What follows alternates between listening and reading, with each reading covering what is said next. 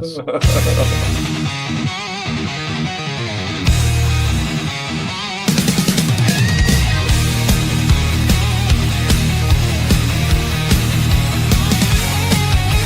White and blue running through my veins. On the pitch where the glory remains. The cockerel stands brave on the crest. North London pride, this ain't no jest. From lane to the new shining ground. Echo chants where the legends are found. Heroes carved in the heart of time. We march on through grit and grime. Oh, Tottenham, Tottenham, till I die.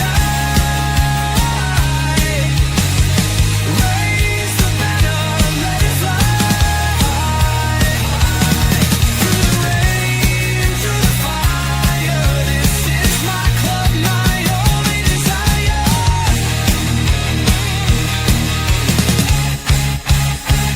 desire. Oh, Tottenham, Tottenham, till I die. Raise the banner, let it fly. Through the rain, through the fire. This is my club, my only desire.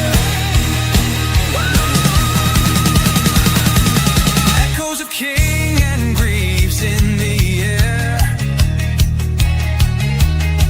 Every goal, the sound declares.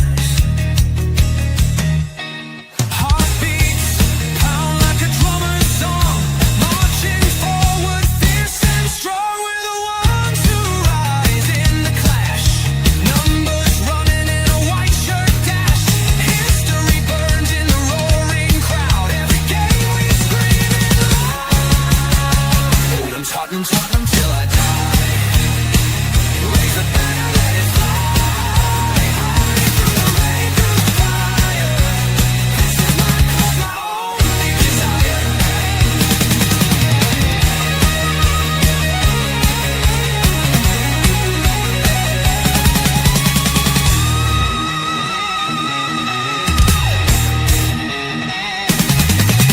We're the ones who rise in the clash. Numbers running in a white shirt dash. History burns in the roaring crowd. Every game we scream it loud. I'm Tottenham, Tottenham till I die. Raise the banner, let it fly. Through the rain, through the fire. This is my club, my only desire. God, I love our intro music. It's so good. Yeah. It really is so good. They're bopping away. It brings me back to the 1980s, being an 80s kid. Air guitar and everything. A bit before your time, James. No, Bit before. You're a 90s kid. I was an 80s kid. I was a 90s teenager. I was an 80s kid. Do you I know was what? an 80s kid. Before we get on to the football, right? I was on YouTube last night, and me and Mrs. Tron, she was watching something on her laptop, some horror zombie killing brain infected film. Damn, I can't stand watching. But I was flicking through YouTube, and it came up the cartoon ads of the 1980s. And I was just sitting there going, I remember that Danger Mouse, and Yeah. they all come up. Like, they all come up. It was so good fun. It really was good fun. Yeah. Look, but yeah, we're here not here talking about 1980s cartoons or music or the models we used to fancy as kids in the 1980s. No, we're not. We're talking about football and Tottenham Hotspur. You're right, James. You're coughing there, man. Yeah, I'm all right. If I said something I shouldn't have. No. I'm just thinking of some of the models who I fancied in the 80s. Yeah, I'm just. Oh yeah, you got me thinking now too. Yeah. Anyway, on with football. On with go. the football. On with the football. Yeah. After the disappointment, look, turn around, forget about that. We now got a game going to the Arctic again to Bodo Glint, who we went there last season. Yeah, you can join Tequila. Come in, join the crack. Come on, join the hectic show. Make it the big trio. as we have a big of an because we do have a big of an announcement to make. We did make it the member show, but I wanted to make it here. I waited Tequila comes in before we make it. Look, what's your thoughts on the Wolves game? Very quickly, James. Look, we're all pretty disappointed. I'm going to get this over with now, guys, because if you weren't a member, for your non-members, this was my player ratings I made for the show, for the member show earlier. If you weren't a member, get your memberships, 99 cents or 99p. You can watch all this show live. Do you agree with them player ratings of mine? Apart from 2. Okay. Apart from 2. I would have probably given Kudos a 7. I think he was a lot better than a 6. And I would have probably given Benny a 6 as well. You see, Tequila now on the other one, on the member show, I know whoever the people in the chat watched it and you watched a bit, said I actually should have downgraded Palunia and Bergville and the centre backs and upgraded Xavi Simons. So do you? Yeah, Simmons. Four's a bit harsh for. Yeah, Four's a bit harsh for Simmons. I don't think he was that bad. He was trying to get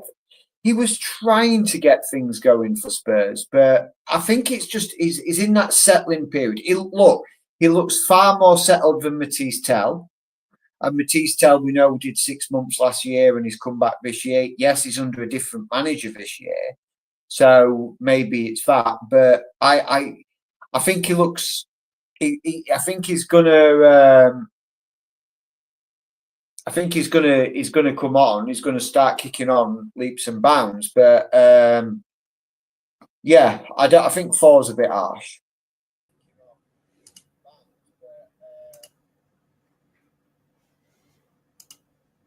And here's the man of the hour, Mr. Tequila. How the hell are you, sir? How are we doing, lads? You all right? I'm good, thank you very much. Yeah, did we get enough likes? No. There was no likes at all, so I was like, fine, I'll go on to spite them then. Yeah, absolutely. Don't give us a like. We'll bring you on just to spite them. The more likes you get, the less likely I'll be on. There you go. That's reverse psychology, isn't it? Yeah, absolutely. How you doing, definitely Dermo? is. Is Dermo muted? Yeah, Dermo, have you muted yourself, sir? Just wave to him. Sorry. I was just saying to Tequila is the new manager of the Ange Postecoglou fan club. He wants Ange back at Tottenham now. I mean, that is reverse psychology at its best. I do miss the comedy. It's all for. That's right. I've got Forest and I've got Rangers for the new comedy. Those are my two. Oh, breaking news from Rangers. Tottenham are considering bringing back Mikey Moore. I'm not surprised. I'm not surprised. Yeah. Look, I said it earlier, right? So look, guys, there's my player ratings. Let me know. I will put this up in the members in the channel's post area. I will put it up there after the stream. So let me know what you think when I put it up there. But also put your play ratings in the chat as well, and we'll bring them up as you do. Look, as a massive Celtic fan, right? I'm loving this. I am finding this highly hilarious. Watching Rangers go into meltdowns because the manager is absolutely useless, right? But there's a part of me because of Mikey Moore. He's great, Dermo. Pardon? I love him. He's great. I love him. Yeah, but for Mikey Moore, I don't want him being damaged.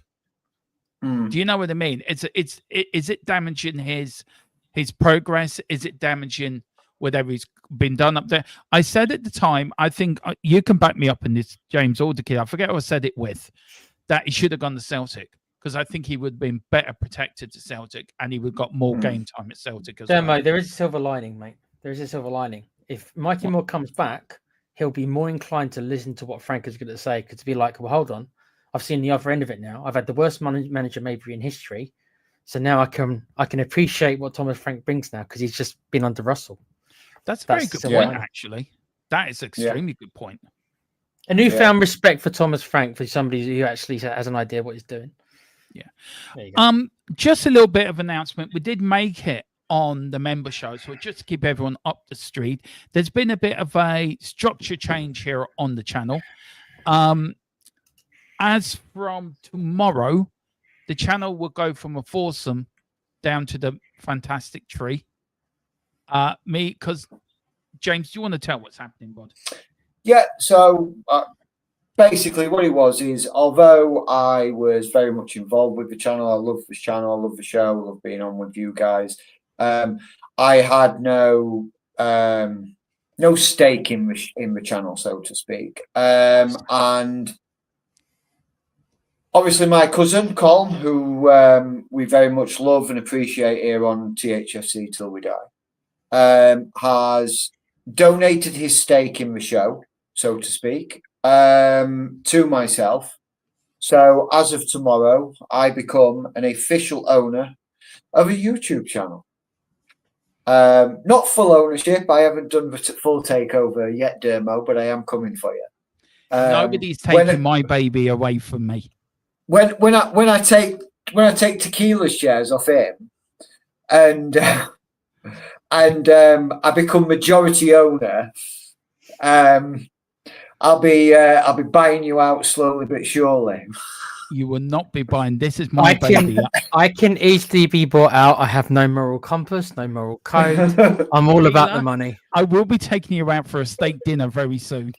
Thank you. Is that all? Tequila, I've already told you. I already told you at the end of the last show that we did together. If I won the lottery, it'd be around the world tour. No one's asked. Or penny sweet. So I'm assuming it's a penny sweet on the way to me via courier, James. But it might not even be a penny sweet. It might just be an empty envelope, because cost of stamps are a lot nowadays. Tequila. That's true. The stamp will cost more than what's in it. Yeah. Look, on the serious point. Look, Colin is not leaving. He's still going to do shows with us. He's still going to be around the background to help me. But I think I wanted to state on the record how appreciated I have been of Colin for his dedication. His help putting this channel on the way that it's going now at the moment. There's no saying that we were just bobbling along before Colin joined us. And he's sort of straightened this channel out, laid the foundations. We're now building on top of that foundations. So I want to put on record to say thank you to Colin for everything he's done with this channel. He will be coming on, but as from tomorrow, it's me, it's us three. We're now taking full control of it. Well, do you know what I mean? It's the reins are now being lifted over to us three to bring this channel up to the next level, which we will do. We've got a lot of good ideas coming up. We've got a lot of new shows coming up. We've got a lot of stuff for you members as well, for non-members, but mostly members. But I just want to put on the record and say to Colin, thank you for everything and for what you've done. And I don't know if you guys want to say you a bit on it as well before we move on. Tequila, what do you want to say? Because you've been here as long as, you come on the same time as Colin, really, didn't you? You joined the channel around the same time. I think I was slightly after him, but not by much. It was in the same kind of couple of months, I think. No, we all know what Con does behind the scenes. I can't give him too much credit because my gimmick is to take the mickey out of him. So I can't give him too much credit. At least publicly. Privately, I might message him, but publicly, no, he's a good lad. Just got a bad taste in football teams. Said it all the time. That's true. Yeah, Can I just say one thing he has? We all agree on that. Yeah. One thing he did help me out was thumbnails. The thumbnails have improved. I know they have. That's fantastic. Yeah, and he's helped them out in thumbnails. Of course, you guys know he does. I couldn't believe it either, but he does the theme song, so he set that up for Dermo as well. So he's done an awful lot of stuff when it comes to the presentation side. Even though he hasn't come on the show that much because he's a United fan. That's why he's got his United channel. But when it comes to the backstage stuff and the presentation, and also he's also taught us a little bit because he has run a few channels. Dermo's done it quite a lot. Obviously, I'm much newer. I know James is newer than me, but I'm much newer than Dermo or Con was. So I learned a little bit off him as well when it comes to the backstage stuff of how to run certain things as well. So he's taught me a couple of things. Don't tell him I said any of this. right? No, we won't. Nobody We said won't. anything. He's at work, so he won't even be watching. Good. Well, make tonight. sure he doesn't see any of this, right? Because I need to go back saying that he can't use a sniper rifle properly. That's my gimmick. Yeah. So, Right. So look, that's what's happening. Thought we'd let you guys know. It's like when you have to let the stock exchange know of something happening within the company, we have to let you guys know when something happens. Yeah, it shows that I just want to say thanks for having me. Do you know what I mean? It's not even been a year yet that I've been sticking my ugly mug out to the YouTube lovelies, and been so graciously welcomed into the family. It's been it's weird that it was first asked of me at such a strange location, our grandmother's funeral. I can't believe he asked you that day, to be fair, James, when he told me. Yeah, I mean, When it's did you like, ask him? He went, then I went, could you have not waited to after? Like, did you not? the thing is that we to be fair, although we'd always reach out to each other if we ever needed each other, it was one of those we never really saw each other as much as what we would have liked. Life gets in the way, so to speak. But yeah, when he asked me, and I was like, yeah, I don't mind doing a show. And when I did a show, and I really liked it, I really liked doing it. And then sort of one show turned into two turned into three, and three turned into 9 months later, and here I am. Yeah. And we've got to meet each other as well in person. yes, we did. Yeah, we did. That was lovely. Right, nice day out. Was you and with your everything. stick, mine with mine. We're like two hobbling, Yeah, two hobbling. yeah, hobbling around. Yeah, we're Yeah. still recovering at that point. Yeah.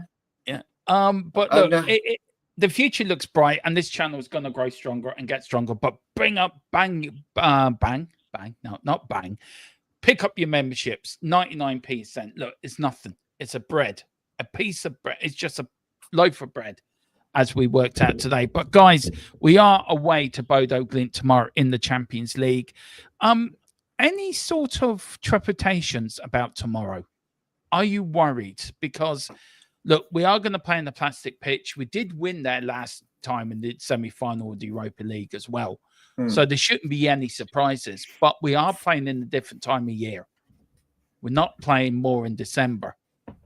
More in their winter time, if you know what I mean. So, guys, where are you with this? I'm worried. A, because we've only got one fit striker. B, we know that we've got players out injured. And this is the injury list, guys. It is, we know Kulu's out, we know Manners is out, we know Dragons is out. Dominic Solanke's now gone under a minor operation over his ankle. Kolo Maruni is still out with his dead leg. Basuma is out with a knock. Well, Basuma's not even involved, but he's out with a knock to his head. And we just heard this evening that Romero isn't traveling either. Are you starting to worry about tomorrow night? There's concern, of course, as always. There's concern. My biggest concern is complacency. We've been there, we've won, we've been taking them back to our place, we've won. And my biggest concern is the team going to get complacent? I believe the players that we've got are good enough to step in. Certainly for the Romero side, I believe that Frank will probably give the nod to Danso. And Danso is more than capable, I think, of filling that void. Not up to Romero's standard, but certainly able to put a shift in. But yeah, my biggest concern is complacency. Are we going to be a little bit complacent? Like, we beat these before, we can beat them again, and just complacency start to creep in a little bit. Yeah. What about you, Tequila? I'm not that concerned because I consider them in quite poor opposition in the grand scheme of things. I mean, if Ange Postecoglou could get a result there, then I'm more than convinced that Thomas Frank can. See, this love affair with you and Ange is gonna blossom as the season goes on. You know that. The worse he does at Forest, the more I like him. Isn't that? Yeah, weird? I would say, as as Forest goes down the tables, Tequila's love for Ange goes up. Weird, isn't it? Weird how It's that a works. weird, Yeah. it's a weird bromance that's starting to bloom here. Yeah. No, look. We want to be respectful to teams, right? But we know the quality of their league. We know the quality of teams they play on a regular basis. We know that they're in a Champions League because of the way the way it goes, the way that every club kind of gets in, right? So they are there. I'm not going to say they don't deserve to be there because they do. But let's be realistic. Our B team should be able to beat them. And this isn't our B team. It's missing Romero, but Danso he's a drop down, as James just said, but that's why you need a squad. It's not a significant drop. Yes, it's a drop, but it's not a significant drop. As far as not playing with Dermo, I barely class Richarlison as a striker. Yeah, so, you had this conversation early, didn't we, about him? Yeah, it's him being there or not, I mean, if we're relying on Richarlison to win us games, we're going to have a very poor season. So I don't rely on him to do it. So whether he's there or not, that doesn't affect how I kind of feel. It's like, that's what we've got. It should still be enough, not particularly from him, because I don't think he can score many goals at all. Yeah, he's had his 2 good games a season. He's already had them. Unfortunately for us, he had them in the first 2 games. But that's it. That's it for his season, probably. It's just the way it is, man. I get it. I think we'll get a result. I don't think it'll be pretty, but I think it could be a draw. I wouldn't sit here and tell you that a draw would be beyond the realms of possibility, but I can't see us losing. Is a draw enough? Maybe. I would take a draw. I would take a draw tomorrow night, considering. If somebody said to me, you go out there and get a draw, I would take that. I would bite the hand off for that. Look, I think we will win. I think you've got to look at Bodo. They did very well in the Europa League last season to get to the semi-finals. They beat some very good teams along the way, by the way. And they started very well in their Champions League as well. Well, who were they away to in match day 1? And they only just lost by 3-2 or something. No, they got a 3-0 draw, didn't they? They got a draw in their first game. Oh, forget the team. I watched it as well. It was a cracking game. Slavia Prague. Yeah. Drew 2-2. Yeah, and they were 2-0 down. And they came back to so they got the players, they got the fight. They're a good team. They shouldn't be taken lightly. But we are Tottenham Hotspur. We act to say that we are a big club. Do you think, Dermo, do you think that they're a better team than Wolves or Bournemouth? Because I don't. No, look, they're not a better team than Wolves and Bournemouth, but football is a funny old game. Football has a way of kicking you in the arse when you don't expect it to. I mean, we didn't expect to lose to teams we lost to in the past when we've gone away in Europe. Who was that team we lost to in the UEFA Cup or the Europa League under Mourinho?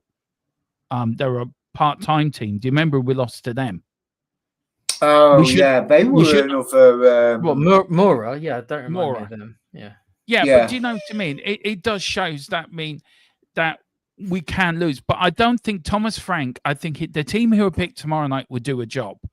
Yeah, but I don't like the excuses already. It's a plastic pitch. That's why we didn't bring Romero. There's a difference between that comparison you've made, though.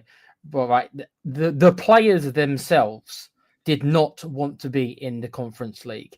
They did not care about Mura. They wanted, in my opinion, they didn't want to be there. They thought the competition was beneath them. Yeah. I believe the manager also, Conte, wasn't it? I think he thought it was beneath him. So I think they didn't care less. And they cared so little that, do you remember it was I think it was Nancy or one of the French teams were meant to come and play us. They couldn't get there. And we didn't care. We didn't care enough to appeal it and just were fine with going out the competition. So they did not care at all, the players, about going out. This is the Champions League. For me, that's wrong, Tequila. Well, of course it's wrong, but it's true. So the comparison is different. This is the Champions League. Yeah. These players should be up for it, no matter what player it is, because it's still the Champions League. I think a question to you two then. Do the players get that off the manager then?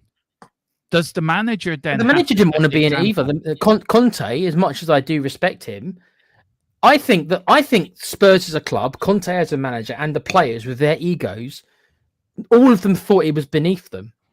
All of them did. Yeah. The club itself probably thought he was a hindrance. Now, us as fans probably don't feel that way. There's some fans. I remember some fans kind of not caring that we went out either because when we first qualified for it, there was a lot of why we're qualifying for this shite for. Exactly. You remember as well. Some fans were just like, I'd rather. Dermo, some fans were like, I'd rather not be in it. That's true. That's true. I don't care what competition we're in. If we qualify for the Conference League next season, I want us to win it because at the end of that, you get moved up into another European competition. And there's still a European trophy. As the West Ham fans, I know they've sacked Harry Potter, who's gone looking for Hermione and Ronnie with the red hair up at some dodgy castle up in Scotland. But, you ask West Ham fans, what was the best night of their lives? Winning the Conference League. What's the best night of our lives supporting Tottenham in the last 17 years? Winning the Europa League. So yeah. I think, James, where are you on this? Are you, you look at the teams we've lost to in the past. Yes, we beat Bodo Glint last season, home and away. But, it's tequila right.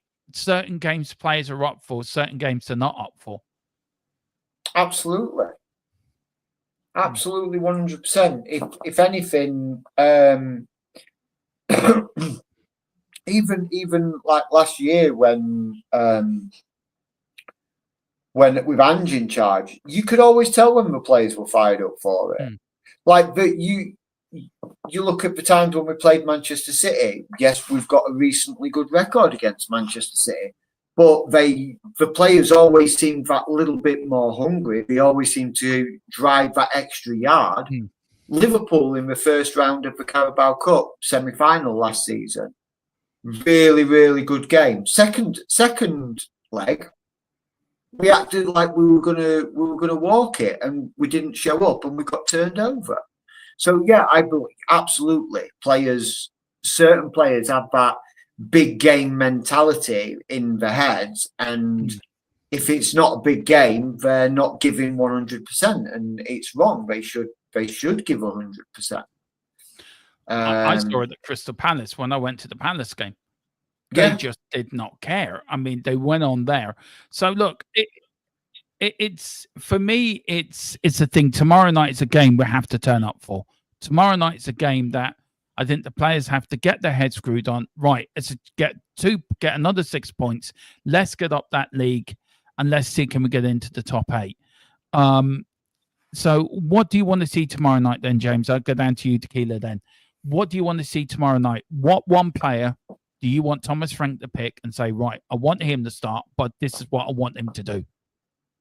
I would ideally love Xavi Simons playing in the number 10 role where he's more natural. Yeah. We talk rather than forcing him out on left. Yeah.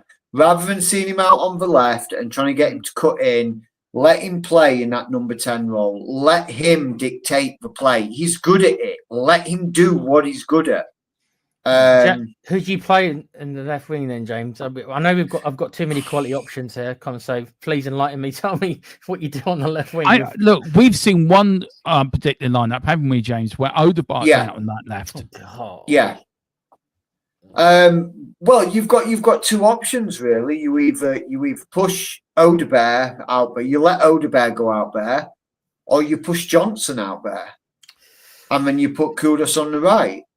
Johnson's not a winger, that people tell me Tell can play on the left. I say they tell me. Tell can't play. He's not selected in the squad, he's not in the team, is he? Well, that could. All right then. Well, that was all right then. Yeah. But Brennan Johnson's not a winger. I am telling you now, he's not a winger. Where you play Brennan Johnson, I do not know. Where'd you play him, Dermo? Well, that's the $60 million question, isn't it? Where do you play Brennan Johnson? I know where you play him. I've got it. Where? I know where you play him as well. Another club. Look, another club who play two up front, maybe, because we don't. Yeah. Can I just say, I would also say I would also say either left back in fucking changing rooms. Yeah, I like Brennan Johnson, and Keelan knows I stuck up from last year, didn't I? A hell of a lot, more than probably what I should have done. But he was. He finished his top goal. He was his top goal scorer, Demo. Yeah, yeah, he finished on touch. Oh, hang on. I am going to bring this up. Hi, can you wish Mary W a speedy recovery?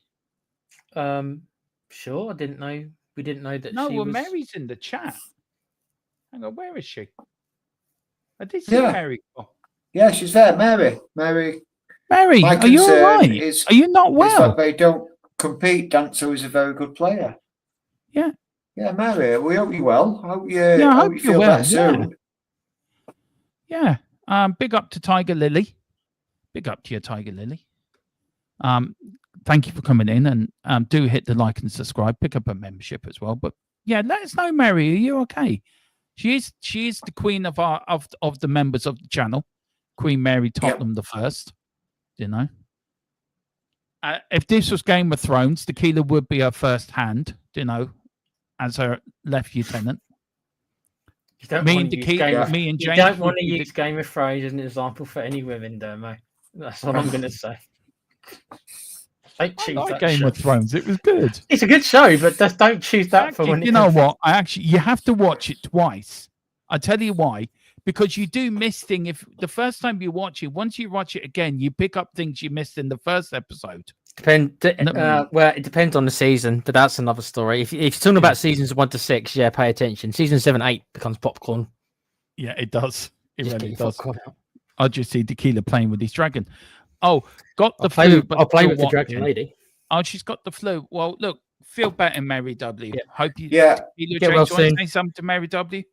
Get well soon, Mary. Yeah, get well soon, darling. Yeah, absolutely. Yeah. Get a bit of whiskey, hot lemon, water, slice of lemon. Get back down. You'll be right as right. A bit of potching. Tell her get a bit of potching down her neck. Yeah, that's sorting it all out.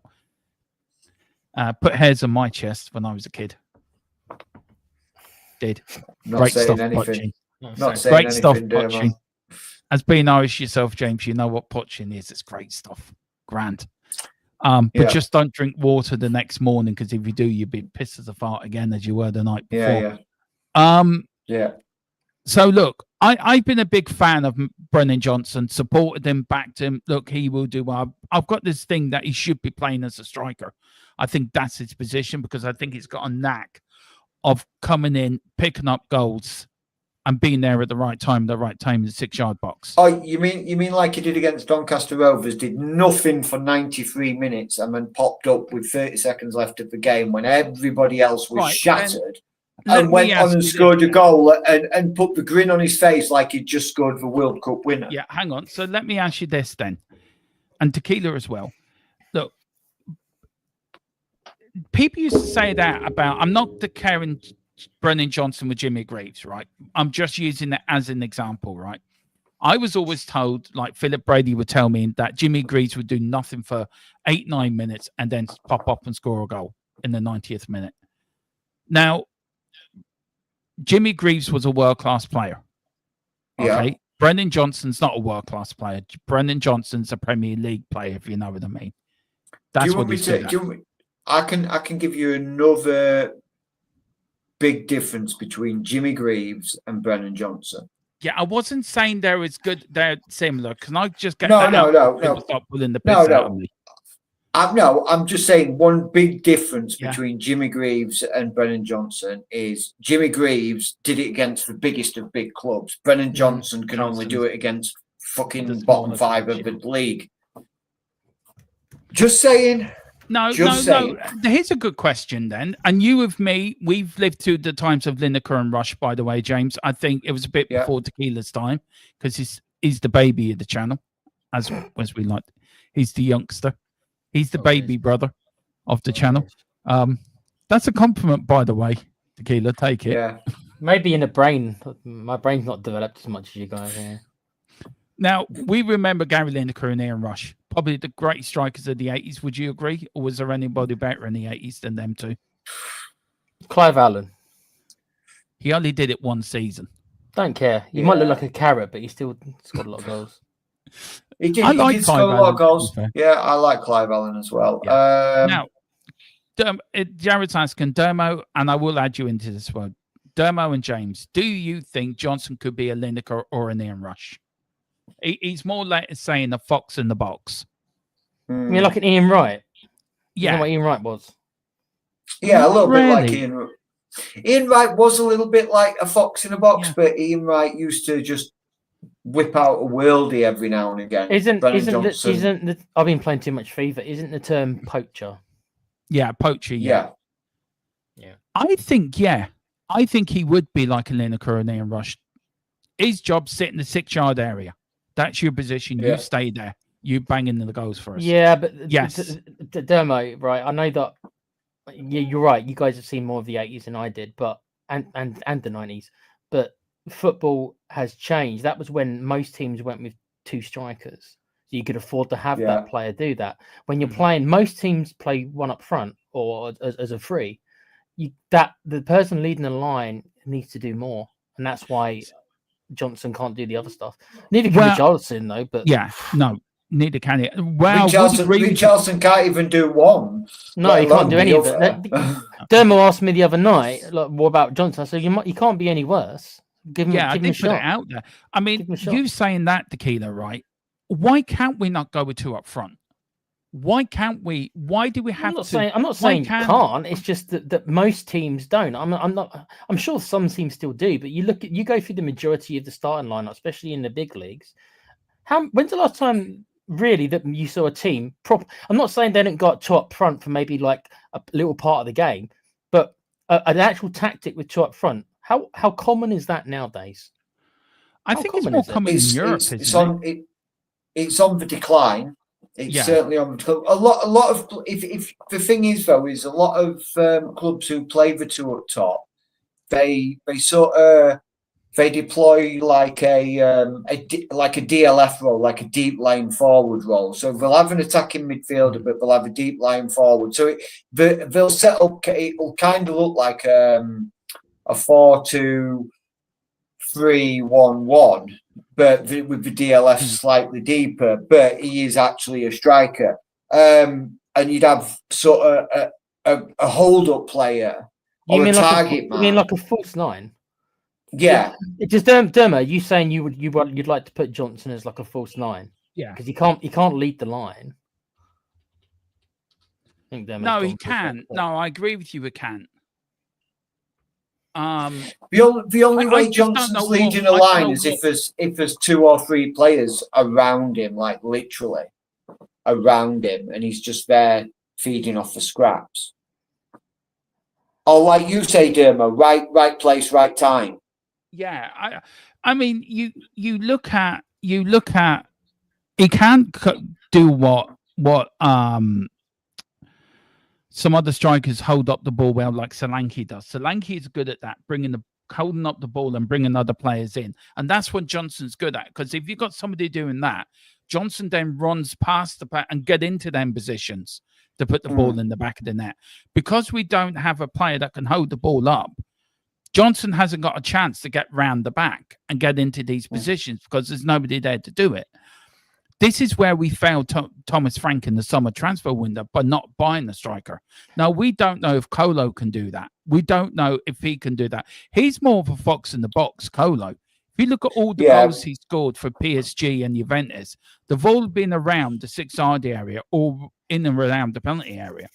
1 or 2 outside the area. He is more of a striker, though. Randall is Colin Wan. He is more of a striker, and I really wish we'd get this dead leg issue sorted. Like either chop his leg off or something, because it's becoming a little bit of a ridiculous sort of injury. To be fair, I mean. Me and you were talking about Tequila at the end of the Donny game, weren't we? Of this, you get a dead leg. It aches for a couple of hours and maybe the next day a little bit, and then you're fine. What's happened to his leg? What's happened to his leg? Yeah, there's something else. There's something else going on. I think he's not fully fit. That's there's what I something- said. Yeah, I don't think he's fully fit. Also, they've probably seen something in training they don't like.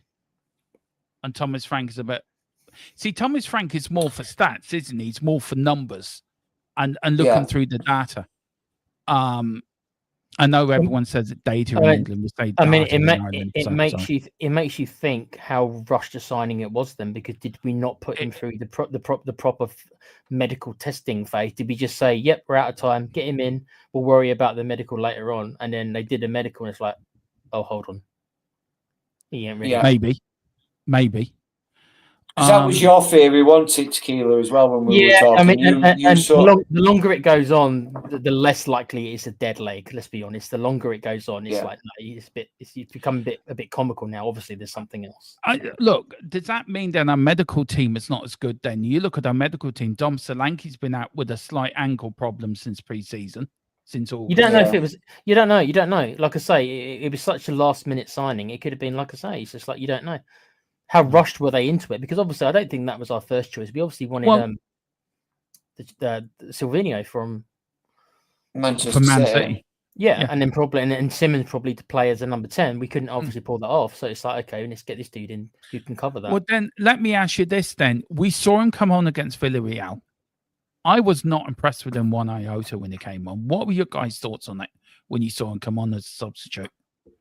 Did he look unfit? Because when he came on, I thought he was knackered after about 10 minutes. Like, yeah, he looked tired. But that's what I was saying to Tequila is that when you actually think about it, he was basically frozen out of Paris Saint-Germain. Paris Saint-Germain had categorically said they didn't want him. They didn't involve him in any kind of pre-season. He was training on his own. He was waiting on his move back to Juventus. That dragged on and on and on and on and on and on and on. Eventually, Juventus decided not to go for him, and for financial reasons, and we signed him on loan. So he's had no pre-season, had no kind of match day football since the end of last season with Juventus. So is it a case of yes, he's getting this dead leg, or it is a recurring injury because he's training and his legs are dead? And he's on his last legs, and we're trying to get his fitness levels up, giving him either game time in the under-21s or behind closed doors friendlies or whatever it is. They're trying to get his fitness levels up, but it's just an odd sort of injury that's been now nearly a month, because we've got to think we're nearly a couple of days. We're going to be on the 1st of October. yeah. I mean, it's going to have been with us a month. So I'm sorry, I don't believe a dead leg keeps any player out for a month. No, it doesn't. Look, let's go through the form guide for Tottenham for the last 5 games. It's all competitions, by the way. The Keeler, is there any game there that you stand out and you thought, do you know what? That's the way I want Tottenham to play every game this season. Is there one game here that picks? I've got one game. I'm sure James has the same game as me, but is there any game there apart from the Donny game? No disrespect to Doncaster Rovers, we should be beating them. But any other game impressed you with Tottenham's run there? Probably the beating. I mean, West Ham, obviously, I think that's the obvious one for me.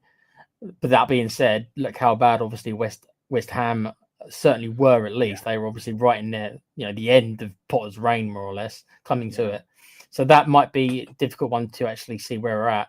Looking at that, I am concerned about our home form this season. I think we might end up being having one of those weird seasons. And I can't remember which manager it's under where his away record was phenomenal, but we couldn't win at home. We couldn't win at home, or we just struggled so much more at home than we did away. And I have a feeling, only based on this sample size, and it's only been 8 or 9 games into the season now, that we might struggle. And Bournemouth, we lost. We got a very, very fortunate win, really, over Villarreal. Obviously, we just had the Wolves, which was not a good performance. Whereas our away form overall has been, and our away performance, I think, have been a bit better. And you do get seasons like that. There's normally more behind it than that to do with how we set up against teams. Obviously, some teams are going to be a lot more courageous when they're playing at home than they are away.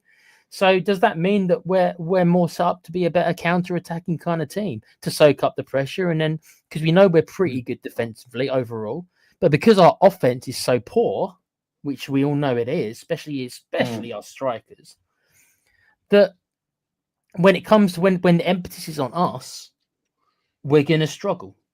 We need the teams to come on to us. And that's all well and good when you're playing the big boys. But once you're playing the mid-table teams, and especially the more relegation type of teams, they're probably not going to come at you that much. And it looks like, even though Bournemouth, I would not class as a relegation team, they are quite a front foot team. But we saw it with Wolves as well. When we play these lower status sides, especially at home, I just got a feeling we might struggle to get some goals. I told you before, Dermo, at the start of the season, there's going to be a lot of draws this year, bro. Yeah, I know. Look, I said it to Tequila earlier. I mean, for me, the game that stands out is the Brighton game, the 2-2 from Brighton. I think that game proved that we're different from last year. And also the Wolves game, as bad as it was, the one gleaming thing to come out of that was the never give up attitude. We just kept going at it. And under Ange last year, we would have given up by now. By the hour mark, we would have given up and Wolves would have scored 2 or 3. Sorry. But look, for me, you are right about the scoring goals. You are right about the draws. But as I said, James, to Tequila earlier, do you think we need a bit of boring? After what we went through the last 2 seasons with Ange, the ups and downs and the is this game where he goes? I mean, I remember doing watch-alongs with you, James, right, and Tequila, and especially like with you or Steve, and I was saying to you, we'll be losing 1-0. Is this the game he's going to get sacked? Is this the game the club are going to fight? That was a weekly theme. That was a weekly theme, there, man. Yeah, and it was, and it got mentally tiring, didn't it? That just get it over and done with. We're all expecting the after every defeat. Now, come on, is axe gonna fall? So, do we need a bit of boring? I think we do. I don't think there's anything wrong with a bit of boring. There's a difference of a bit of boring and losing, or a bit of boring and drawing, and a bit of boring and grinding out a win. I agree. I think with what you said, by the way, is that I think the Brighton game showed the fighting spirits that was in Tottenham, even to an extent of how poor we were against Wolves. Although I don't think we were poor in the first half, and we just weren't clinical in the first half. Yeah. I think there was a difference of being poor and not being clinical. I just don't think we were clinical enough in the first half, because within the first 20 minutes of that Wolves game, we could have been out of sight if we'd have been more clinical. I agree. Were timed a little bit better. Richarlison had got out of Kudus' way and not clattered him into post. Excuse me. So I think if we can get that clinical edge, I think we'll be okay. But I think a bit boring and grinding out wins is going to probably be wins or draws is going to be on the cards a lot this season. I agree with Tequila. It's going to be one of those where we may become frustrated with the lack of attacking emphasis that Spurs do, or their lack of ability to break down teams who set up in a low block. Because you look at Brighton, you look at Brighton set up in a low block. You look at Bournemouth set up in a low block. You look at Wolves set up in a low block. And when we are playing teams that set up in a low block, we are frustrated and we cannot break them down. I was about to ask you, James. It's I think Kudus is the exception, and Simmons, we hope, is the exception. And with Maddison out, that takes him out of the running. We have one player that I'm at the minute convinced of who can pick the lock, is the terminology, isn't it? Yeah. Who can pick the lock. Yeah. Can Simmons become that? Everyone tells me he can. I need to see more. I've seen enough of Kudus to know that he can. But that's one player. And if that one player, I said it to Dermo in pre-season, if he has a bad game or he's having a quiet game, we got nothing. And we don't have anything, do we, up front? We don't have any. No. And that's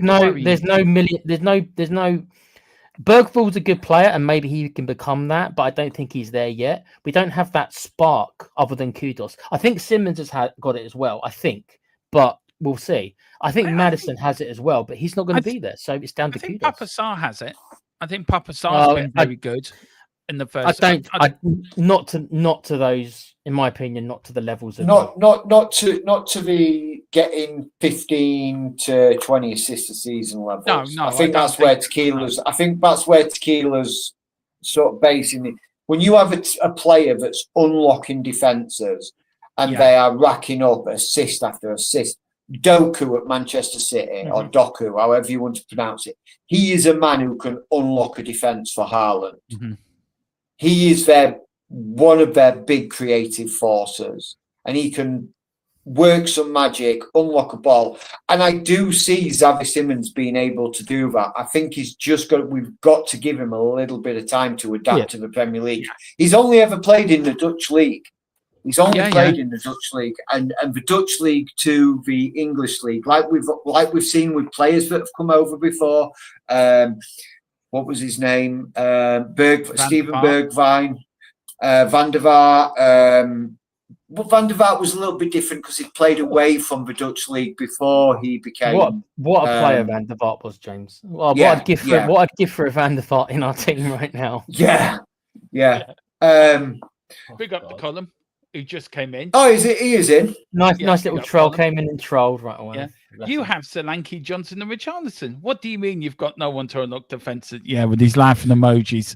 I would have taken Haaland of Manchester United. Do you know that? I've said that. But according to the United fans, they would have bit your hand off and given you them. Look, did we? Are we? Big up to your column, by the way. Anyway, and he goes on. It says Simmons has played in League One and Bundesliga. Yeah, he was playing for RB Leipzig. He did play for Leipzig. Yeah. That's my apologies. My apologies. He did. Look, talking about Harry Kane, there is stories going around. He has to let Bayern know in January if he wants to come back to England or not. It is going to be that he's going to stay probably in Bayern to the end of his contract. To 2027, but funnier things have happened. But do you think with Harry Kane playing two roles for us, he could play a number 10 and he can play a number 9 role? Do you think when he left, we then realised how good Harry Kane was? Because since then, we've been forever trying to fill the role of two strikers. Somebody that can do one role. Do you know, he did both. Two players. Harry Kane did both. Should we pulling out all the stops to get Harry back? I know he won't come back, but I'm just saying not yet. But do you think between now and January, we need to be pulling out all the stops? And this is where the Lewis family comes in. This is where they have to show their momentum. Or do you think they have to be really scouring now and getting a top striker at the club? Is this now down to the Lewis family? The ball's in your court now, lads, for Viv and Charlie and Peter and all the rest of them, and Vinay as well. If the ball's in their account, yeah, the ball is definitely in their court. But I agree with what Colm's saying here: is to stop looking backwards and focus forwards. Harry Kane is your past. Yeah, he very much is in the past, and we'll never get another Harry Kane. Harry Kane was a generational talent. Yeah, Harry Kane was Erling Haaland a few years, like 7-8 years ago, when he first broke in and started racking up. Because when Harry Kane scored his first 20-goal season, everybody said, he's a wonder. It's a one-season wonder. Then he did it again, and when it was like, can he do it for a third season? Everybody was always questioning, can he continue to do it? And he did, and he continued to do it. Continued to churn out the numbers, and he just went from strength to strength to strength to strength. And I agree, we've got to be looking for the next Harry Kane instead of an aging one. And I do have a little bit of news about a striker that we are supposedly interested in from the German leagues, and he currently plays for Bayer Leverkusen. Whether or not it's a deal that Spurs can make happen, it'd be an expensive deal for us, and that's Victor Boniface. I wouldn't say no to that, to be fair. big, strong, powerful Mm. target striker. Absolutely. Young as well, still relatively young, mid-20s. Absolutely someone who could really, really thrive in the Premier League. Whether or not that is a deal that is going to happen, it's like I say, it's someone we are looking at. There's nothing that we are swapped out for Kane. Absolutely, Mary. Mary's been Absolutely. on the hot toddies a bit too much, I think. You know Yeah. what? You know what? Yeah, she's actually got a point though. Since his release clause is 57 million, would you not say, have tailback, give us our 30 million back, we'll give you 27 million. Just deal done. Do you know what? Can we return it? We haven't used it much. Can we return it? It's in nearly pristine condition. Can we return the item, please? I get what Colin is saying. Throw a Brendan Johnson in for free, or buy one get one free. Yeah, or an Yves Bissouma 3-for-1 deal. I get what Colin is saying here. Harry Kane instead of Van. I get what he's saying about not looking back, right? But Harry Kane did so much more for us than we realised at the time. We're now struggling because Harry Kane did both roles. He dropped as a 10, and look, how many goals did he set up for Sonny with his long-range passing? How many goals did he score with him being in the 6-yard area? Harry Kane did both. Dermo, he was our goal scoring machine, and he was our playmaker. Both. Well, look, I always described him as a mix between Jimmy Greaves and Glenn Hoddle. Harry Kane. There was a bit of mixture between him. I always said that. Look, I get it. Look, I look back right at past players. You look at. I can remember as a kid watching Garth Crooks and Steve Archibald, Glenn Hoddle, and that midfield. You had Tony Galvin one side. You had players Graham Robertson that midfield, and you had Steve Perriman, and you had Ozzy Ardiles and Ricky Villa. And I look back at them and think that was the Tottenham type side that excited me. It had everything. We had a bit of steel and defense, but we had a creative midfield and two strikers who could put the ball in the back of the net. And I get it, but why can't we, for two or three seasons, bring back Harry Kane and have a good go at winning the league?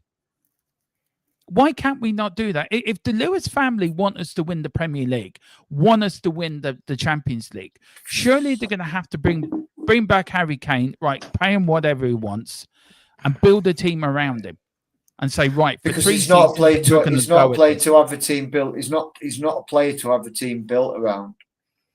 Harry Kane is not a player that you can build a team around. But you put Harry Kane in that front three with James Maddison before. We talked about this earlier, didn't we, Tequila? How mouth-watering would that be? Simmons one side, Kudos on the right, Simmons on the left, James Maddison in the middle, Harry Kane up front. The difference is, Dermo, is that Harry Kane, if I'm Harry Kane, I'm probably thinking to myself, okay, well, I've been here before, right? You need to invest 500 million plus to even consider making this team a title challenger. And that's putting us maybe at Arsenal, City's level. Maybe Liverpool, I think, is even more investment needed to overtake them. So Kane's going to be thinking, okay, Yannick, yeah, I've been here before. Are you going to invest 700 million? It sounds crazy, but that's how much you're probably looking at: 700 million, 600, 700 million to actually bring in the probably 7 or 8 world-class players we would need to turn our current team, in my opinion, into challenges, fighting alongside City and Liverpool, maybe rivaling. Okay, we're not even Enoch, as much as I'd love to believe, they ain't going to put 700 million. Then that asks the question, then, Tequila. Okay. It came out last week. Apparently, there was a bid for Spurs that Tottenham turned down. We don't know how unequivocally turned it down. And they keep coming out. We want to win the Premier League. We want to win the Champions League. And it was all Daniel Levy's fault. Daniel Levy, no word of a lie, I read this, has been banned from Hotspur away. He can't even go on and pick out his stuff, nor can his wife. there has been a massive. They shipped all his stuff. They emptied his. I read the same article. They emptied his office. Yeah. Put it all in a van and drove it to his house and dumped it on his doorstep. They didn't even knock on his door to hand him his stuff. They just dumped it on his doorstep and drove away. I mean, this is a guy who, yes, we all have our love-hate relationship for Daniel Levy, but the man didn't deserve that. He didn't deserve that. How much I dislike the man, he didn't deserve that. The thing is, though, James, you say that, and I don't know him personally any more than you do, but he seemed to upset nearly everyone. Well, he did upset everybody. I mean, Simon Jordan mentions him a lot, and even Simon Jordan says, I respect the man, but he never said that he liked him. He respected him for his business acumen, but he fell out with him as well. It just seems that Levy falls out with everyone. Yeah, but managers himself.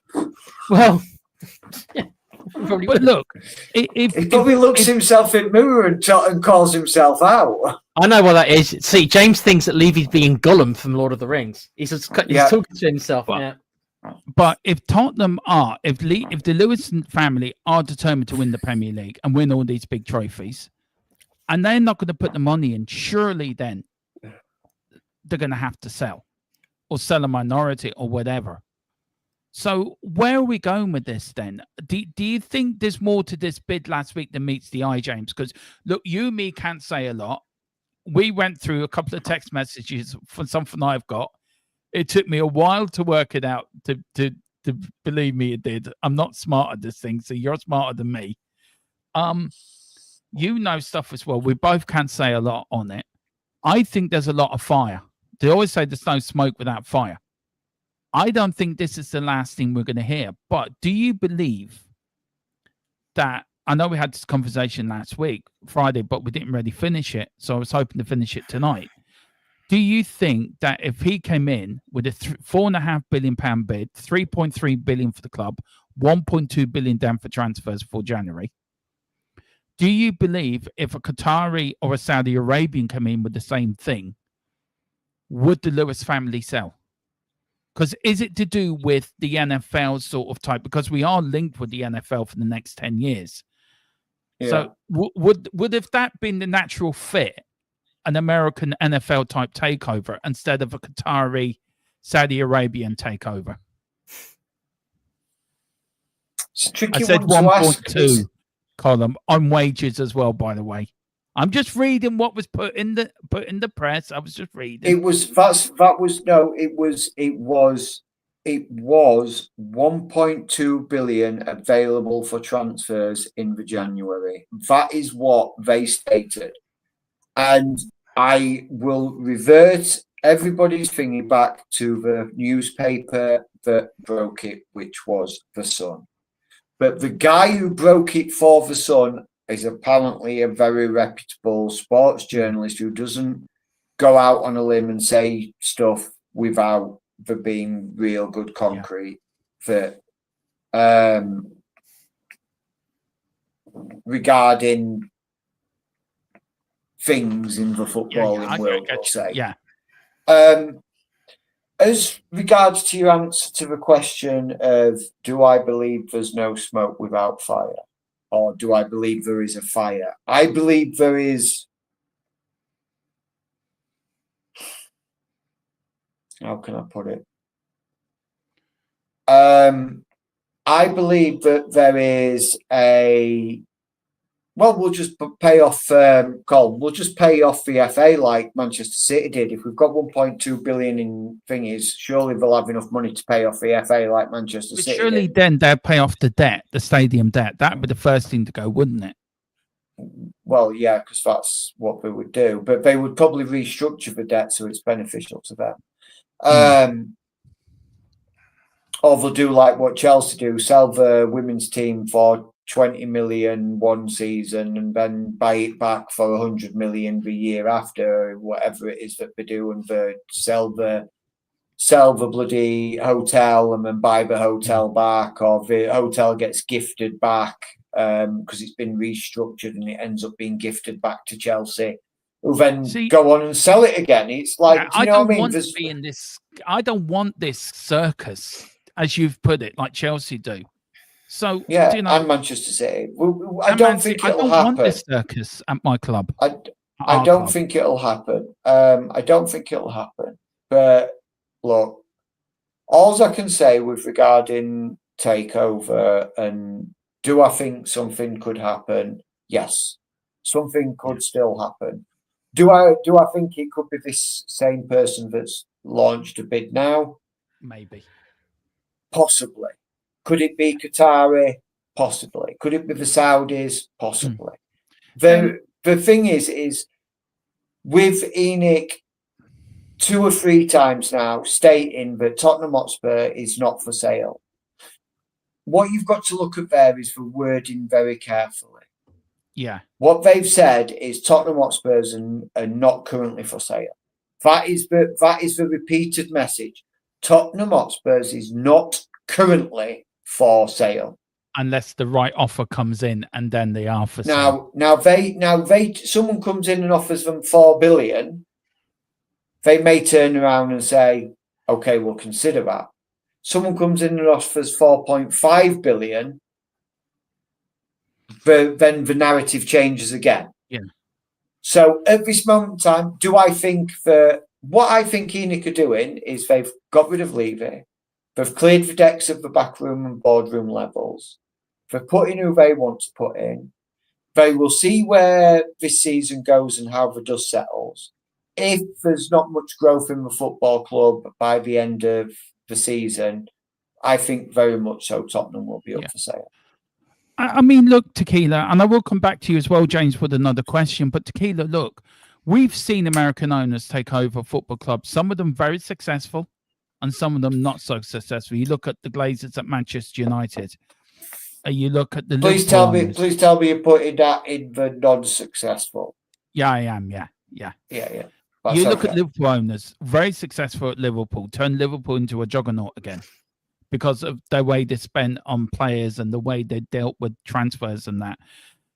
Should we look?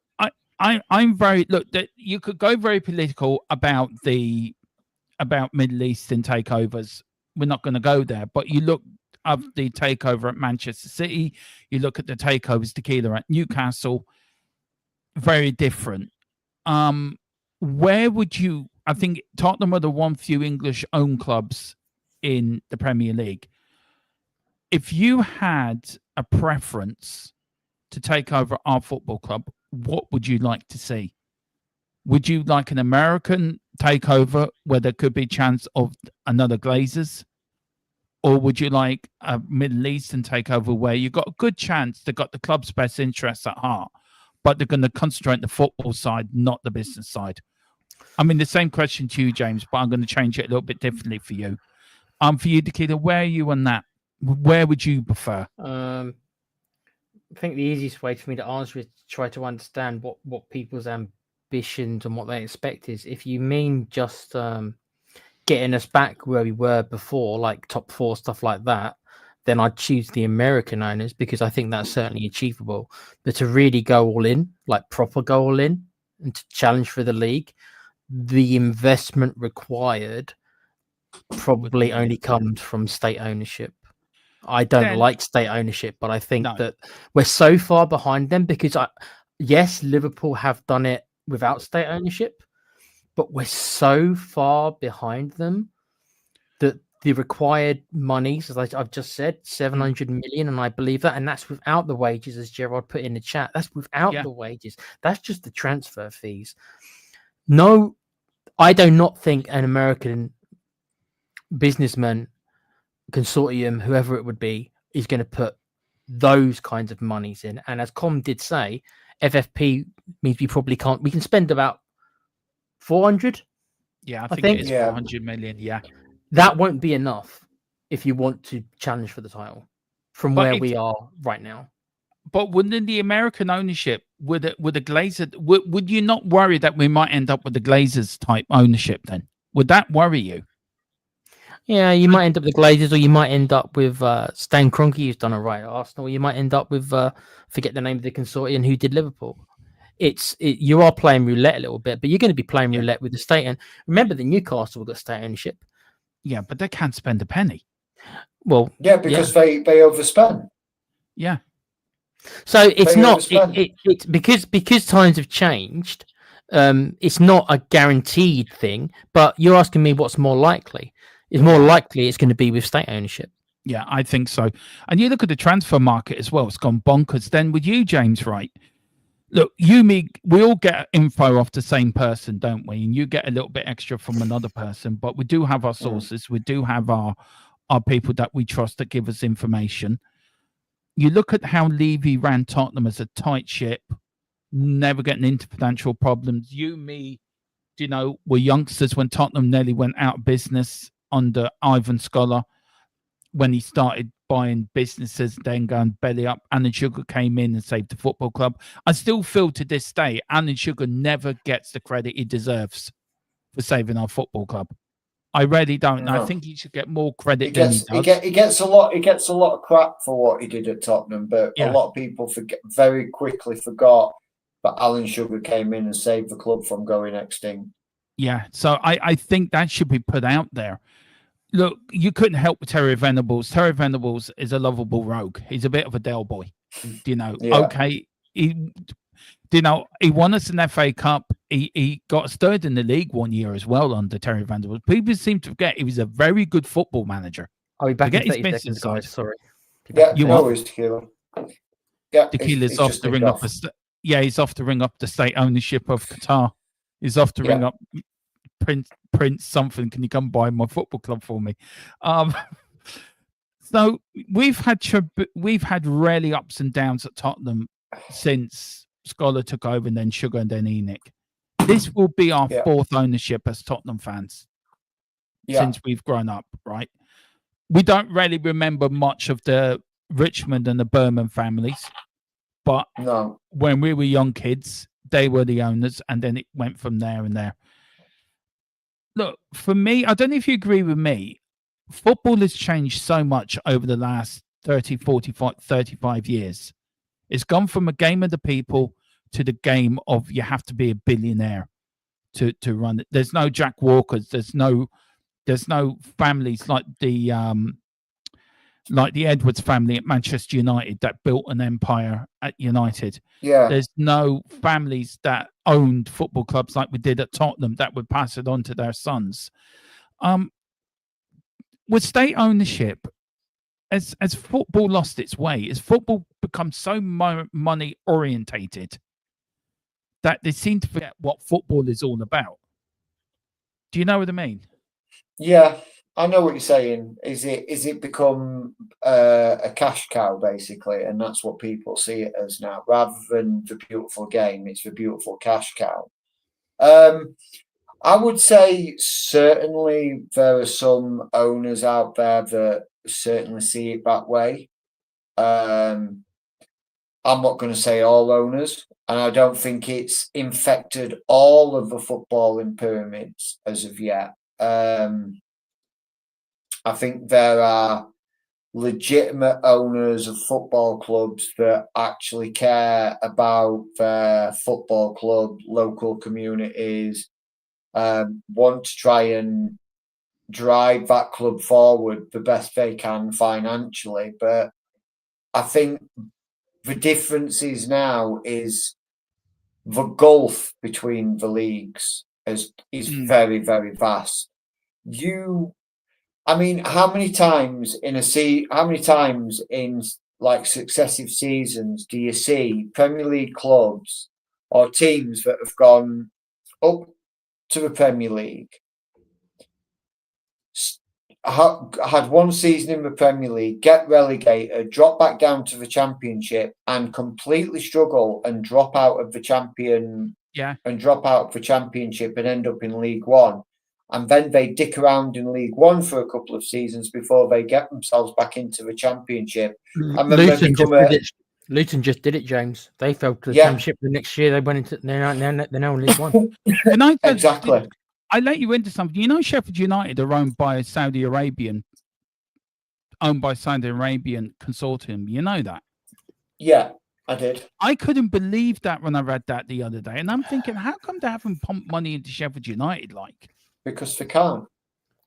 Financial fair play, innit? Financial fair so play. then You can only spend what you can only spend what you earn.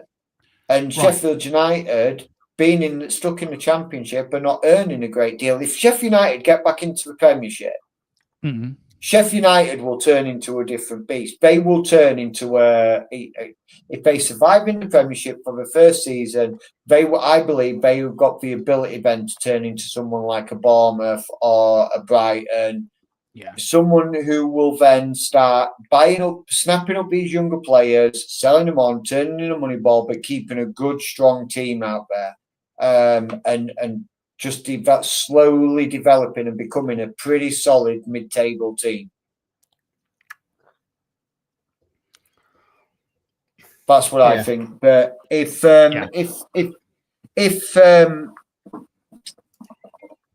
Sheffield United ever get back up there, but it's a big if, because at the moment their wage structuring is obscene. They're basically spending pretty much every penny they've got on their wages, which leaves very little for transfers. So then they look at their youth academy, which has developed some good quality youth players in the past, but it's waiting for these players to develop and trying to get them all to develop at the same time. Carl Walker came from Sheffield United, didn't he? He did, yeah. Yeah, he did. He did, yeah. So does that mean FFP and PSR is not working then? If you're saying to me then, right, hang on. If you're saying to me that a Manchester City or a Newcastle can spend us what they like, right, and do whatever they want. Man City, we still don't know the outcome of their charges. I think it's absolutely ridiculous. It's making the Premier League look like a bunch of mugs. I know they're trying. Should have been out by now, but a Bournemouth or say us or Arsenal or Bournemouth or any team in the Premier League, we have to go by the rules. But it's okay for a Chelsea, Man City, possibly in Newcastle, to do what they want, as they want, and they want, because they're state-owned and there's nothing the Premier League can do about it. Then does that mean FFP and PSR needs changing then? To level out the playing field? Because it's not level.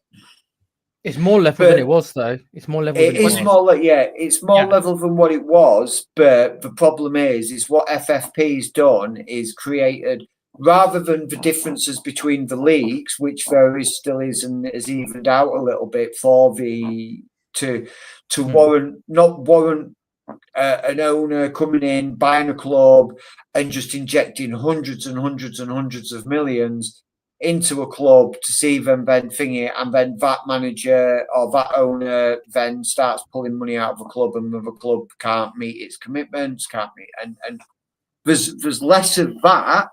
Yeah. But in the same breath is what you then now get is the divide between clubs is in the same league is different. Yeah. So it's very hard so you have the likes of and we are in that thingy because of the size of our ground. Manchester City, Manchester United, Chelsea, even Everton to an extent now because of their new ground. Liverpool, Newcastle, all these clubs with big grounds that hold 40 to 50,000 plus, they are earning more money per game day than what the Amex does or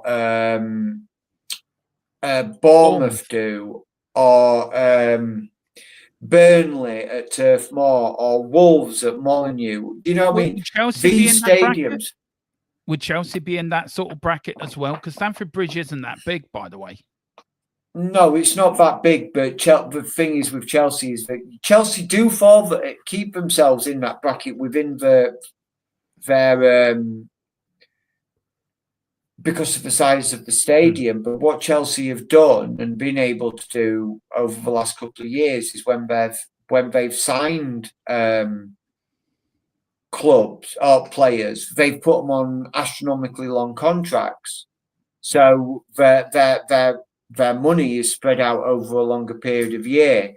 Yeah. I mean, like Gerard saying there, Derby, Bolton, Wigan, Norwich, Sheffield Wednesday, all the same, all in that same bracket of like their grounds are not big enough to sustain a big enough jump up, and that's where I think financial fair play has got to tweak themselves a little bit. I also it's okay think saying about the sponsorship and everything like that, but of course Manchester City are going to be able to get more than Doncaster Rovers are on sponsorship. I do feel the FA have to step in at some point and take control of this and say rein in the Premier League a little bit, because I feel the Premier League think they're a law to themselves. And I feel sorry for the FA, because the FA are the governing body of the game the governing body of the game. And I feel the FA, the Premier League, should say to the FA, okay, we'll go with you. We know we've got to come together to help the EFL clubs, and us all got to come under one umbrella. I feel the FA have to do something. As Daniel Levy said in that interview, one thing I did agree with him, he said it was a missed opportunity that the FA didn't get involved. And he said it's probably a missed opportunity now. Just very quickly before we move on to the stats of tomorrow night's game and also the Fantasy Football League, which Rhino said I was supposed to earlier, but I did find it in the end, Gila. So I got it with me. I'm not sure I'm not sure Ryan's in here. Watch the link. No, to see well, it. he can watch it on the repeat. He did pop in very early on. Like I think he was in. Yeah, he was in. Right at the beginning of the show. Oh, Well, you'd know if Ryan was still in. Yeah. Well, look. Anyway, these are some stats that I found actually for tomorrow night's game. We've got Bodo Glint don't like facing English clubs in Europe. They've lost all 5 of the UEFA competition matches against English clubs, including the 2 losses in the Europa League semi-final against Spurs, 3-1 and 2-0 away, so a 5-1 win for Spurs. Spurs, meanwhile, have no such issues with Norwegian clubs. They've won all 6 matches against Norwegian teams, scoring 22 goals, including 10 from 3 games in Norway and conceding only 4. And Spurs are aiming to start the Champions League group stage league phase campaign with successive wins, only for the second time. They previously did so in the 2017-18 edition when they beat Dortmund at home, 3-1 at home, and a poll. I think they're a Greek side away. Yeah, 3-0. Apiol Nicosia. Yeah. This is we're going to start. I'm done and running around. So this is the bottom 12. Mary, I'm so sorry. You've had the lowest score of the weekend. Talking about rubbing it in, Dermo. I know. The poor lady's not feeling very well, Dermo. Come on, man. I can't help her being bottom. Anyway, well, I tell you what we're going to do. We're going to swap you with Kuva. Kuva, you're now bottom. Mary there with 259 points. Kuva 99 with 263. Katie, just a girl who loves Spurs, on 268. Dave on 272. We've got Tony Gibson on 280. Colum made a big jump. Me and James were talking about this backstage. He's made a big top up from the bottom 2 up to 7th with 281. Insider trading has come. Yeah. The Fantasy TFC League will be. He's been stealing my players, I'll tell you. Yeah, well, there will be an investigation from THFC to a die into this Fantasy Football League. Sanctions will be applied if he found any dodgy dealing. And then Sweet and Sour, Darren Watts on 306. I know I keep telling Tequila to enter this. He won't, but I think he should, because I think he would. I think you give a good count to yourself as you're the Brian Clough, I think, of the fantasy football world. Big changes there, guys. A bit tight, isn't it? It's still tight between Mary Kate and Mary Graham, Mary Coover and Kate. And then it's tight then between Dave and Colum. There's not a lot between there. So, well, I mean, when you really think about it, even as low down as Mary and all the way up to Colum in 7th, there's only 22 points separating those two. That's a game week. That is a game week. It is. And then one player has a bad game week, and one of those others has a good week. Sorry, boys, my apologies. One of us have a good week, and I can't mute it. 1 second. I'll Take just it. grab Go on, that. take it, and yeah. And then this is the top 5. Tequila, of course, Rhino up there with 383. We've got James in second and 349. Carl in third and 345. I'm fourth on 319, and then Rohan Karma on 316. Again, very tight, isn't it? It's very tight there. It's a very tight league this year. So, what do you reckon, Tequila? Very quickly before we finish up. Have to see what Ryan's been choosing. I smell something fishy, Dermo. Don't tell him I said that, though. Might have to get the Premier League to investigate all Ryan's transfer dealings. Yeah, I will send James into we will send James into investigate Ryan's team. The Premier League investigation. Do you know you are the investigating officer of this league? You do realise that, don't you? Well, Down to you. as a viewer, I will say also is that things are going to heat up between James and Kyle because that battle for second spot is very close. There's a little bit of a gap to you from Kyle, and there's obviously a little bit of gap from James and Kyle to Ryan. So the battle for second is certainly going to heat up. So I don't know, James, do you think you got what it takes to take care of Carl Simpson? He's not in the chat to defend himself, so. Sorry, I was still muted. My apologies, I was still muted. I think Ryan's the Man City, and I think he's been doing dodgy stuff as Man City. If Ryan, do you know? Ryan's Man City, what, so right? Cole's I am Arsenal. reeling Ryan. I am reeling Ryan in. I've got him on a lasso, and I am reeling him in. You look at the last 2-3 game weeks, and every week for the last 2 or 3, I've chipped away points at him, little by little. 5 points. I think it was 3 weeks ago. Last week it was another 10 points. This week it's like up to 16 points I've chipped off him. I'm reeling him in. Ryan was running away. End of game week 3, Ryan there was a big gap there. But after that, I have slowly but surely just pulling him in. And give me another 2-3 weeks, and this man will be sitting number 1 because I've got my. I'm changing. I don't make transfers. I've got. In fact, I was actually looking at my players just after. In fact, I think it was when the Arsenal game was being played. You were Mary. You were robbed. Someone's done you. Mary. Yeah. There has to be an investigation into this. I was looking at the team, and I was looking at my players and looking at my squad, and I was like, right, who's playing who's got who, and everything like that. And I was contemplating transferring a couple of players out and bringing in some fresh talent for the next couple of game weeks. And I was like, you know what? I don't need to. My boys are just plodding along, just racking up the points slowly but surely. And if everybody's team starts matching mine, there will be an adjudication into this league.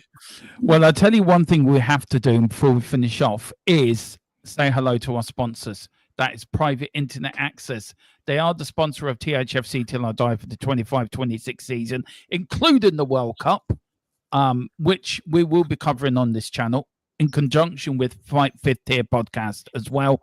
I think James is doing an England watch along on both channels. I think he might be covering. Are you really, James? No, the deal we've got is putting yourself through that, James. Are you? Keelan, the deal we've got is right. He's going to sit through an Ireland watch along with me, right?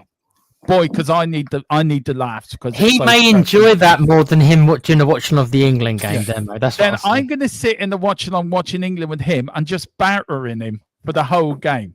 So, mate, you will fall asleep if you think that Frank Ball is going to put you to sleep. Then Tuchel Ball will do the same. Anyway, but if you don't want to miss that, if you can't watch it and you need a VPN, this is the place to go. Tequila, before we finish off, do you want to introduce the video for the man, the myth, the legend? The man, the myth, the legend. The last day as an owner of this channel. The 29th, and he's going to tell you right now why you should get this VPN. He's going to try to be a WWE wrestler for some reason, and he's going to be an Irish superstar for some reason, and he's going to tell you to let me talk to you, and you should go and get yours now. Let me talk to you. A little reference there. And that's all she said. That is it. That is all she said. Let me talk to you. Let me talk to you. A little reference there. But I'm going to stop messing about. I'm going to talk to you about private internet access, the best VPN in the land. Now, when you're online, you may not realize, but all of your data is there for the taking by anybody. With a VPN such as private internet access, your data is safe and secure, streamlined, and nobody else can get hold of it. That's why I use one anyway. VPN's very easy to use. Private internet access, all you got to do is log on your phone, select where you want to be. So I want to be in America, and I click go, and there we are.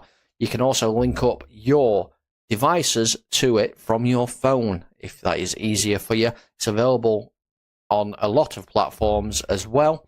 As you can see, you can use it for a very, very big range of things. So that's even better as well.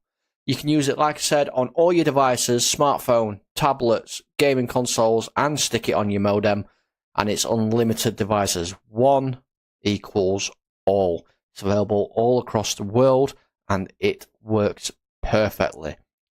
What they do is they mask your IP address, so pesky 3 o'clock kickoffs aren't an issue anymore, and they're independently audited, so there's no logs, 30 million customers, and 4.5-star Trustpilot rated excellent review. Private internet access. Get yours now. Or €45 for 2 years, plus 4 months free as well. It's the best VPN around. Even Big James went over to Alan Shearer's house and gave it to him. Even Alan Shearer's using it, and Gary Lineker as well. If you do watch the rest of this football podcast, which I do like watching, actually, by the way. I don't know if you guys watch it, but I enjoyed that podcast. Talking about podcasts, we are back. Me and Dave are back on Thursday with Irish Lads Talk Spurs at midday. We're back with the podcast, which you all want to see. James is back with me, I think, Saturday for the watch along. I think me and Tequila might be doing another show during the week. Probably look back at the Bodo Glint game and looking ahead to the Leeds game. Next week, we've got the double Irish games coming along, and I'm going to treat the Irish games as I would Tottenham games. So there'll be pre-match members build up for the Ireland games and the England games as well, and there will be before the whistle, the watch along, and final score. So as we would with the Tottenham watch along, we're going to do the same thing for the Ireland games and the England games. So to give you guys the best coverage of football on this channel. Anything else you want to say, Gerard? If you want a link, the link for the Fantasy Football League is in the member section on the channel, and the link for the VPN, and the link for the VPN is in the description below. James, thank you so much for coming on. I know you need to go. Where can people find you? I know they can find you in here. We have to get your X linked up as well, so we need to get you out on there as well. So can people find you on X? They can indeed. You can find me at THFC James. Just a few, I think it's about, I'm up to like 20 followers now. I'm doing well. So yeah, you can find me on there. I do post transfer news, bit of breaking news that I get on there. So please come along, hit a follow, hit your follow and like and you subscribe on here as well, guys, because this is where I mainly am operating. And just a quick update: West Ham have equalised against Everton. It's 1-1. Go Nuno. Go Nuno. Garden Gnome is doing his job. And Tequila, I know people can find you in here, but you also got a gaming channel. Oh, me and James have a gaming channel called Double Dum Gaming. Do get over there. There's plenty of Football Manager 26 coming up, and also FC 26 will be going up there. We do have a Twitch channel as well, which I will find the link for that, and I'll stick that in the description. There will be stuff going up on our Twitch channel as well, so do get over there and give us a follow on Twitch. But please, the daddy of them all, the daddy gaming channel of them all, the channel that we aspire to be, the Playhouse. Tequila, what you got coming up on there? Now that the Borderlands craze has died down a bit, myself, my two friends, and Com, who you do know, who was in the chat, I think Com's going to be doing his Persona 3 when he gets back to it. I think once he gets his PC back. And we've got Red Dead Redemption 2 continuing. If you guys like that, really good game. And we've got Metal Gear Solid Snake Eater, the remake that just came out. So that stuff should be appearing on the channel within the next week or so. So please join us on the playback. Did get picked up today. Sorry, Ah, Tequila. that's all right, mate. No, It did get picked. It did get picked up today, so it is on its way to repair. So hopefully, sometime soon, he will get it back. I think he said in the next week. Yeah. But guys, thank you so much. Do join me tomorrow at 3:00 for the predicted lineup member show. If you're a member, you get to watch that live. That's going to be fun. Something we're going to do before every match day. Now, I know the game is 12:30 on Saturday, so I may be doing it the night before on the Friday night. But normally, if the game's at 3 or 5 or 7 or 8, they will be done early in the day. Member shows are starting next week as well. I think next Wednesday, but I need to speak to the lads how we're going to do that and when that's going up. And also, of course, the Ireland games, the England games will be across all platforms. And also tomorrow we got match day before the whistle, the watch along and final score tomorrow, guys, where you members get to come on after the game and join me to talk about the game you have just seen. Well, last thing I've got to do is thank everyone for watching. Again, at the moment, YouTube seems to be not putting this out a bit. We're getting mad people watching this. I mean, tonight, the average view duration was over 10 minutes, 15 minutes tonight, but only 74 views because of something wrong with the algorithm, whatever, YouTube. So please, guys, share this out. Share this channel about. Hit the like, hit the subscription. If you're watching us on X, do come over as well. There will be a members giveaway once we get to a certain member. Once we get to 2,200, there will be a members giveaway. We're nearly to 2,000 followers on X as well. We're only 25 away. So if you haven't followed us on X, please do get over there and follow us over there. Follow us on TikTok as well. The links are down below. But guys, score predictions for tomorrow night. James, what are you going with? 2-1 Spurs. Tequila, what are you going with? 1-1. I'm going for 4-0 Spurs. Always the optimist here, man. I never change. On that bombshell, we should leave it there. Thank you all for watching. Another cracking show. Whatever you do, like, subscribe. Let's get to 2,200 before the game on Saturday, and let's kick on. Come on, you Spurs. In Thomas Frank, we trust. We never stop. We are the best. And Tequila, take us out. It's just who we are, mate. Good night.